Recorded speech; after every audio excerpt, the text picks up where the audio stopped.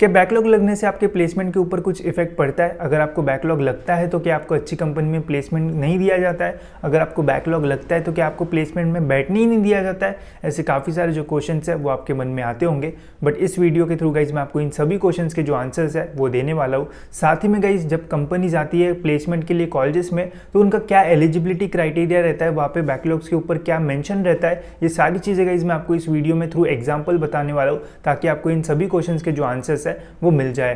तो वीडियो पूरा एंड तक देखते रहिए गाइज, और अपने फ्रेंड्स के साथ भी जरूर ये वीडियो जो है वो शेयर करना, ताकि उनको भी गाइज बैकलॉग के ऊपर सारे जो क्वेश्चंस के आंसर्स है वो मिल जाए। तो सबसे पहले गाइज मैं आपको सबसे इंपॉर्टेंट क्वेश्चन का जो आंसर है वो दे देता हूँ कि क्या बैकलॉग लगने से आपके प्लेसमेंट के ऊपर कुछ इफेक्ट पड़ सकता है। तो जी हाँ गाइज, अगर आपको बैकलॉग लगता है तो आपके प्लेसमेंट के ऊपर कुछ जो इफेक्ट्स है वो आपको देखने को मिल सकते हैं, बट इसमें भी गाइज कुछ कंडीशंस होती है। अगर आपका एक्टिव बैकलॉग है तभी जाके आपको ये जो प्रॉब्लम्स है वो फेस करना पड़ सकता है। अगर आपका डेड बैकलॉग है तो आपको ज़्यादा जो प्रॉब्लम्स है वो फेस नहीं करना पड़ेगा। अभी एक्टिव बैकलॉग और जो डेड बैकलॉग है ये क्या होता है ये मैं आपको बताता हूँ, और फिर जो एक्चुअल कंपनीज का जो एलिजिबिलिटी क्राइटेरिया है वो क्या होता है वो भी हम देखेंगे। तो सबसे पहले एक्टिव और डेड बैकलॉग जो है वो हम देखते हैं।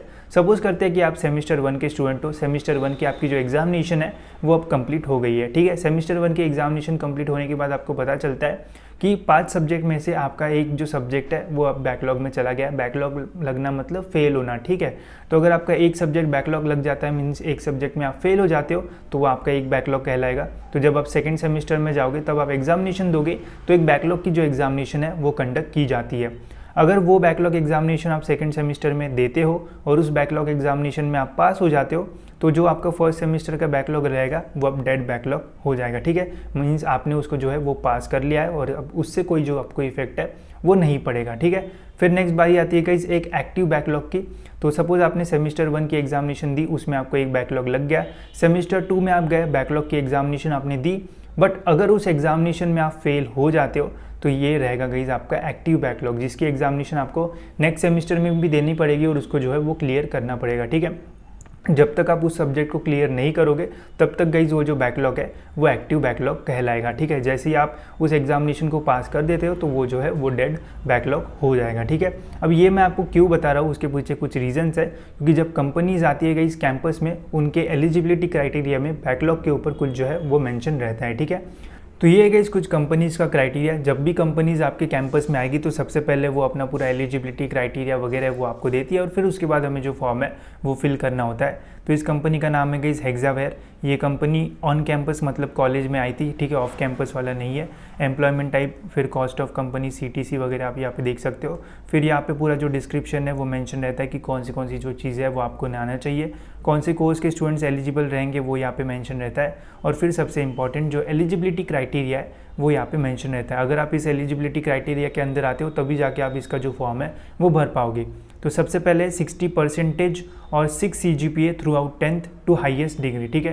तो 10th और 12th में आपको जो है 60% से ज़्यादा रहना चाहिए, और जब आप UG में जाओगे तो उसमें भी 60% या फिर 6 CGPA से जो है वो ज़्यादा रहना चाहिए। ऐसे इस कंपनी का क्राइटेरिया था, ठीक है।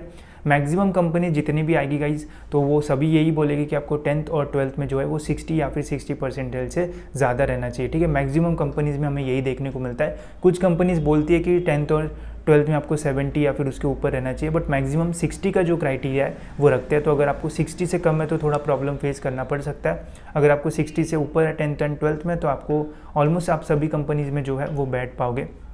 फिर नेक्स्ट है गाइज यहाँ पे जो बैकलॉग्स के ऊपर है नो एक्टिव बैकलॉग्स, ठीक है। तो यहाँ पे क्लियरली मेंशन है कि आपका कोई भी जो एक्टिव बैकलॉग है वो नहीं रहना चाहिए, ठीक है। अगर आपका सेमेस्टर 1 में एक बैकलॉग था और आपने सेमेस्टर 2 में उसको निकाल लिया और वो डेड हो गया तो उसका कोई प्रॉब्लम नहीं होगा, ठीक है।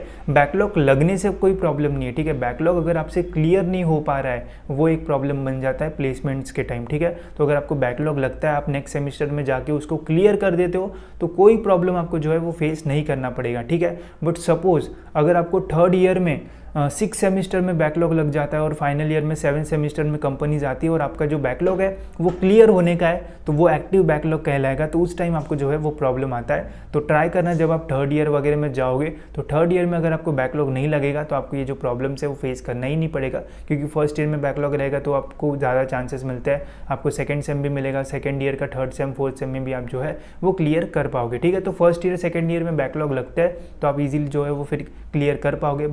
अगर थर्ड ईयर में बैकलॉग लगता है तो फिर कंपनीज आना शुरू हो जाती है। तो जब तक आपका क्लियर नहीं होगा तब तक वो जो है वो एक्टिव बैकलॉग कहलाएगा और आपको प्रॉब्लम होगा कंपनीज़ की जो एग्जामिनेशन है वो देने में।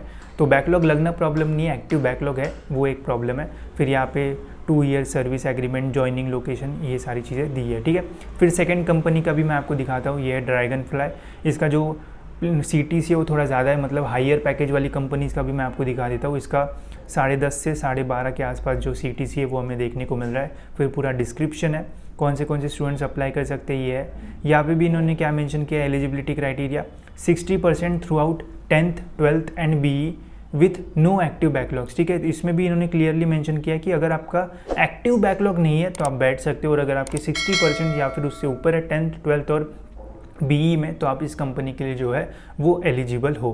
फिर नेक्स्ट और एक कंपनी है ये है बेंटली सिस्टम्स। ये भी काफ़ी कॉलेजेस में आती है, ऑन कैंपस आप देख सकते हो। CTC है 8.6, स्टाइपेंड वगैरह, जॉब डिस्क्रिप्शन और एलिजिबिलिटी क्राइटेरिया, और ये है एलिजिबिलिटी क्राइटेरिया, ठीक है। अब ये कंपनी क्या बोल रही है, 70% aggregate throughout in 10th 12th and BE with no active backlogs, ठीक है। तो आपके 10th में 12th में और BE के डिग्री में 70 या फिर 70 से ऊपर जो परसेंटाइल है वो रहना चाहिए, ठीक है। और आपका जो है वो कोई भी एक्टिव बैकलॉग नहीं रहना चाहिए। ऐसे जो एलिजिबिलिटी क्राइटेरिया वो आपको काफ़ी कम कॉलेजेस में, मतलब काफ़ी कम कंपनीज़ में जो है वो देखने को मिलेगा। मैक्सिमम कंपनीज़ जो है गाइस वो 60% है 10th एंड 12th में, वही बोलती है, और BE में भी 60% के ऊपर अगर रहते हैं तो आप एलिजिबल रहोगे। कुछ कंपनीज़ रहेगी 5% या फिर 10% कंपनीज़ जो कि बोलेगी आपको 70%, 80% या फिर 85% तक भी जो है वो जाता है, बट बहुत ही गिनी चुनी कंपनीज ऐसा बोलती है कि 70%, 75% या फिर 80%। मैक्सिमम कंपनी 60 या फिर 65 के आसपास जो है वही जाती है। 15 लाख वाली कंपनीज भी 60% के आसपास ही जो है वो पूछती है, ठीक है। तो अगर आपको 60 के ऊपर है तो टेंशन लेने की ज़रूरत नहीं है। अगर आपको बैकलॉग लगा भी है और अगर आपने वो क्लियर कर दिया तो भी कोई प्रॉब्लम नहीं है, बस आपका जो एक्टिव बैकलॉग है वो नहीं रहना चाहिए। बैकलॉग की एग्जामिनेशन जब आप दोगे तो उस एग्जामिनेशन को पास कर लेना, फिर आपको कोई भी जो प्रॉब्लम है वो फेस नहीं करना पड़ेगा, ठीक है। और ऐसे कोई प्रॉब्लम नहीं आता है अगर आप क्लियर कर देते हो। तो मैंने तो ऐसे भी स्टूडेंट्स देखे हैं जिनका YD लग गया था तब भी उनका जो प्लेसमेंट है वो हो गया है, ठीक है। YD मतलब ईयर डाउन होता है। अब ये ईयर डाउन कब लगता है, जिनके ज़्यादा बैकलॉग लगते हैं उनको ईयर डाउन लग सकता है। इसके ऊपर वीडियो चाहिए होगा तो डिटेल में मैं बताऊंगा कि कितने बैकलॉग अगर लगे तो आपका जो ईयर डाउन है वो हो सकता है, ठीक है। तो अगर चाहिए होगा तो कमेंट्स में बता देना। बाकी बैकलॉग के बारे में मैंने आपको सारी जो चीज़ है वो बता दी, बस एक्टिव बैकलॉग मत कर रखना। बाकी आपको जो करना है कर सकते हो, मज़े करो। फर्स्ट एंड सेकेंड ईयर में निकल जाते हैं बैकलॉग्स, ठीक है। बट अगर एक बार लटक गया तो फिर वो लटक जाता है और फिर वो एक्टिव बैकलॉग बन के जो है वो आपकी प्लेसमेंट्स की धज्जियाँ उड़ा सकता है, ठीक है। तो ट्राई करो, अच्छी पढ़ाई करो। बैकलॉग नहीं लगा तो बहुत बढ़िया, अगर लगता भी है तो क्लियर कर लो, ठीक है। तो इस वीडियो में इतना ही गाइस, होप सो आपको वीडियो इन्फॉर्मेटिव लगा होगा। अपने फ्रेंड्स के साथ ज़रूर शेयर कर देना ताकि उनको भी इन सारी चीज़ों के बारे में पता चल जाए और उनका भी जो टेंशन है वो थोड़ा कम हो जाए, ठीक है। तो ऐसे वीडियोज़ के लिए इस चैनल को सब्सक्राइब करके बेल आइकन जरूर से दबा देना ताकि आपको टाइम टू टाइम सारे जो इंपॉर्टेंट इन्फॉर्मेशन है वो मिलते रहे। तो मिलते हैं गाइस नेक्स्ट वीडियो में।